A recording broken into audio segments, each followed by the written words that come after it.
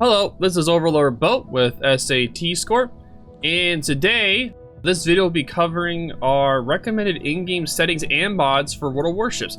Now, though this is beneficial for newer players, more experienced players may also find this video helpful, as there are numerous obscure features that wargaming does not adequately explain. So, we're going to go off to our settings here. And in the controls here, so this is how the settings should be. You want the weapons groups camera checked, the automatic switch the camera between the guns mount, so you click C to do this checked.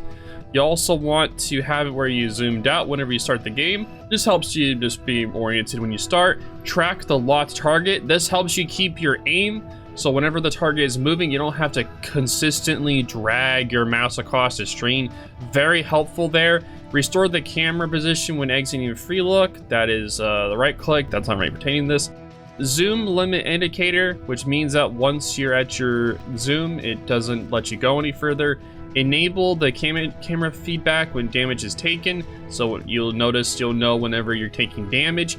So the terrain hit indicator, you can have this as a preference for you.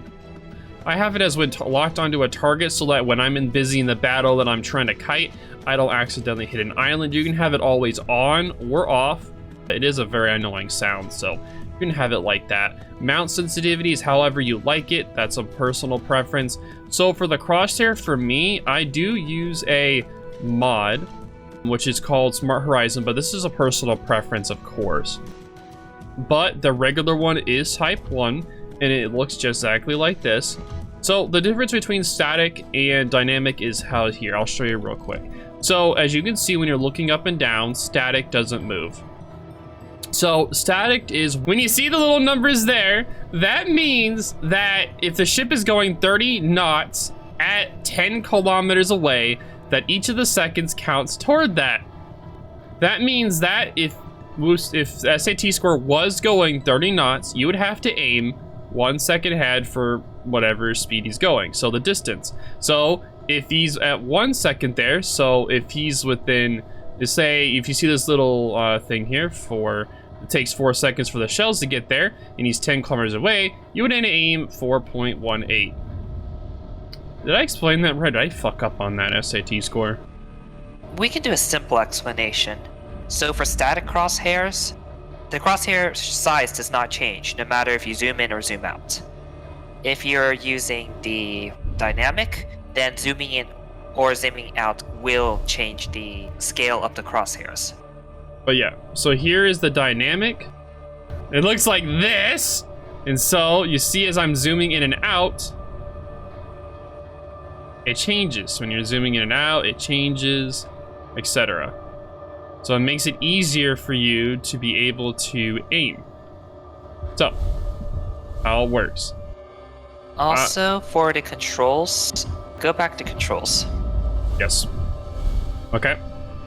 So the battle camera, these settings I believe are already default.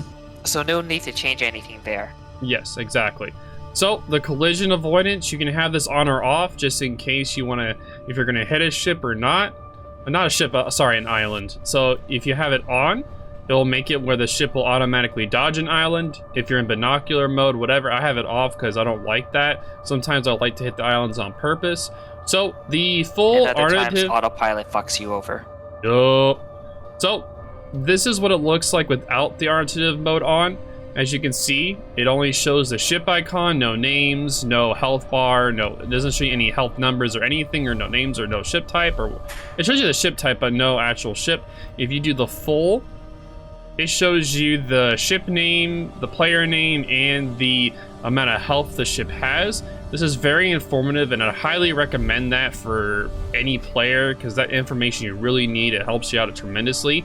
So for these, you want to display team lineups. So on the sides, it will show the teams, show both the main battery and the TT load indicators. That's also very important as well. Show smoke screen boundaries. So that means if there's a DD or a cruiser in front of you, you'll see the circle of the smoke screen. So it helps you aim better into the smoke screen if they are trying to hide in there. Like if they're shooting, it's easier for you to keep track of that. and also to where they're more likely to run away from, so you'll know immediately they get spotted from. Shows smoke screen timer. It shows that if you're inside a smoke screen, how much longer the screen time is for it. All scenarios for the training room. It's pretty simple for that one. It shows all scenarios. Counter for damage upon your spotting, so it shows how much damage is done that you're providing spotting for your team and how much damage they're doing upon your spotting. Counter for potential damage. It shows how much damage, like shells that are flying at you, so if they're locked onto you and it misses, that goes for potential. If the shell hits you, it still counts as potential. Whatever amount of damage that does, potential. So that means if someone's locked onto you and does torps and the torps miss, that counts for potential. Same if rocket planes are at you, or bombers or torpedoes, it also works for that. I just have the timer import, that's fine, and you can have chat, battle chat enabled or not. That's a personal preference if you feel like talking to people or not. So this is just the settings in here that we're looking at. So now we're gonna go in an actual game. So for me, the minimap, you always wanna have your detectable area range by C up. So if you look on the minimap, I'll make it bigger for you. It makes it easier to see if people that are in the battle, if they're close to you or not. So it makes it how much you can maneuver without being spotted or spotted. And also you can see detectability range by air, which is the same as the anti-air here. So I don't need both of the circles because it would just show a mixture like this. I have it just the anti-air, but different ships have different anti-air ranges and detectability, so you have to play around this with your individual ships. And of course you want your hydro range and the radar range if you had that, because it helps show so say he got unspotted, you would just see a ship icon there but darkened, and you wouldn't be able to see him. You just show his last known location. You'll be able to tell if you're able to radar that or sonar it if he's still like hiding in a smoke. So if he's hiding in a smoke, it's easier for you to predict and not waste your smoke, not waste your radar or your sonar. Also, you can do the circles, the transparencies here. I have mine pretty well dark, so that's easier for me to see. You can also make this purely blocked or purely transparent. I have it around the middle right there. That's just a personal thing. Of course, you want the range numericals enabled so you can see the ranges there. Ship names, it also helps if you're not near your teammates at all and you're on the other side of the map. You're able to see what ships are on the other side of the map. So if there's someone not spotted and you know you're spotted by something, it's easier for you to tell, hey, the Wooster spotted over here, but there's something spotting me, or there's another ship in the smoke over here, which means you'll know if you look at the ship list what ship it's gonna be. So it helps just predict you for that. So start off with the mods. So the adjustable panels are right here, and you can do the settings right here. And all of these mods that I use are on World of Warships mod station, and they're approved to be used by them, which means that these are all legal mods, and you will not get in trouble for using these in any competitive or just casual play of the game, so don't worry about that. So all these settings you can mess with. You can have the panel size, you can have the show panel, show kills, ship icons, you name it. You can do whatever you want with this. It's purely customizable. It doesn't affect your game at all. It's purely simple for that. The next one is running lights. So as you can see, there's a little yellow dot on top of SAT score. So if you want to go forward and show them what it does. So as you can see, it starts to blink green when he's moving forward, if you can stop. And then since he's going forward, it's purely green, showing what direction he is going. And you can also use the smokestack to tell as well. And you see it's gonna start blinking when you start slowing down. And if you can reverse for me, so now that he stopped, it is now yellow. And when he starts reversing, it's gonna start blinking red, showing that he's starting to reverse. And then it's gonna go pure red because now he's purely reversing. Now this is really good for you to see. If he's behind an island and you're trying to see what direction he's going, you can't keep track of him.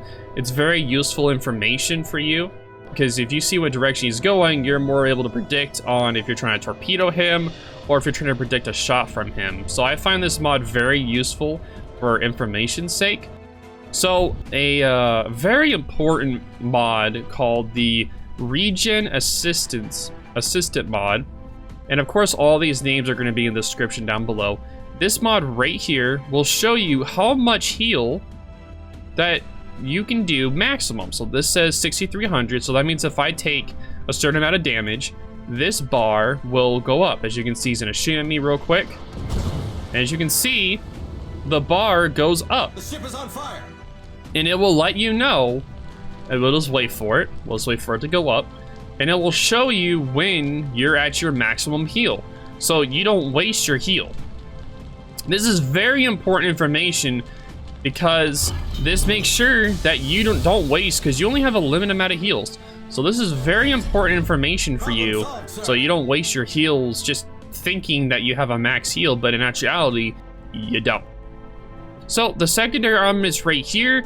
Of course, this ship doesn't have secondaries, it has anti-air, so it shows you the mid-range anti-air and the long range, but if there was short, mid, and long, it would show all this here, and it would also show the secondary range down below. Of course, this ship doesn't have secondaries, so that's that. Now, the mini ship icon team is right here. You can mess with it right here.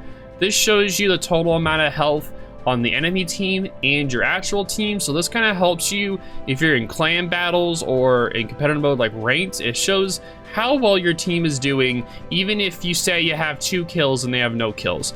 You can see if you're winning overall and how much health you have, or if they're winning on how much health they have overall. All right, so that is the last of the mods that I use in game. So we're just gonna have a little fun, and I'm going to kill my SAT score using the auto reload here. So we're just gonna have fun here and just see whoever kills each other first. So far it looks like I'm beating him using the SAP rounds, of course, but clearly I'm failing because I'm not winning here. I'm going to kill you. Why? Come on, we gotta get back, you poor. We're almost there. I almost killed you. There's a little bit more. Yes, there's 4,000 more health. Yes, yes. The ship is on fire. Dang, you got a double fire on me? Damn. Man, I'm not even locked onto you. No wonder why I was missing so much. Oh my lord. I was still hitting you without being locked onto you. That was stupid. All right.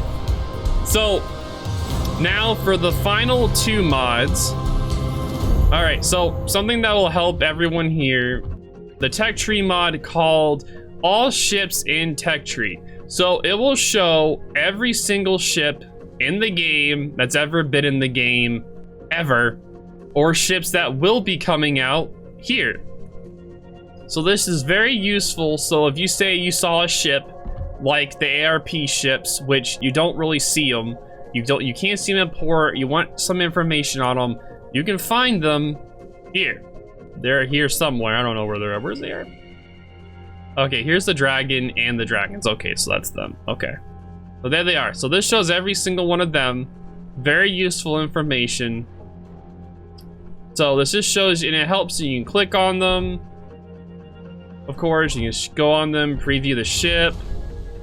You can see all the stats for them, so you can kind of get yourself aware of what the ship is or whatnot if you're gonna be fighting in the future.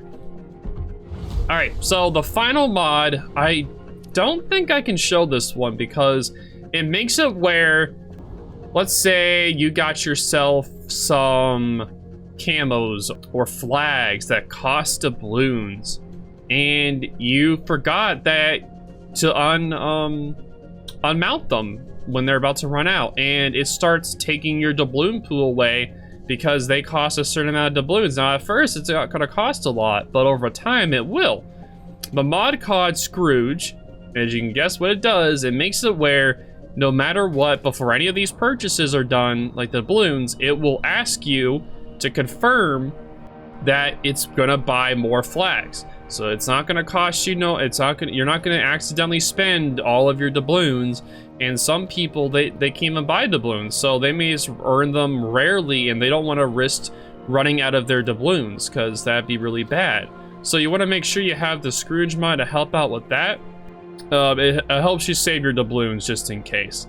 Now, if you have any questions or concerns or any comments down below on any settings or mods that we use, definitely leave a comment. This video is for beginners and veterans alike. There's a lot of information here that a lot of people don't know and don't talk about. So if you know anybody that needs this information, definitely send it their way. This video is definitely here to help people, because every day when I stream, I have at least 3 people ask me what settings or mods that I use, and I was like, you know what, I'm just gonna get a video made, and here you guys go. I hope you guys enjoyed. Is there anything else you want to add, SAT? What crosshair do you recommend for newer players? So for newer players, I would recommend the dynamic, but of course it's up to you. Of course it's up to you. I use the dynamic, of course. I use dynamic. Smart Horizon, that's a mod. The Smart Horizon is a mod. You can use it if you want, but the Type 1, it works the same. I just like the Smart Horizon better. That's just a personal preference. Of course, you can use the static, Type 1, Type 2, Type 3. You can use any of these that you like. That's all that matters to you. Whichever one speaks to you and you like it, that's up to you. That's all that matters to you. Whichever one you feel like works well better for you. So, but yep, that is it for the day. Thank you so much, SIT, for your help today, brother. I greatly appreciate it. I will see you guys in the next video, and I'll talk to you all later. Hey guys, thanks for watching today's video. If you enjoy this kind of content, make sure to like and leave a comment down below. I always love reading your guys' comments. It's greatly appreciated. Blah!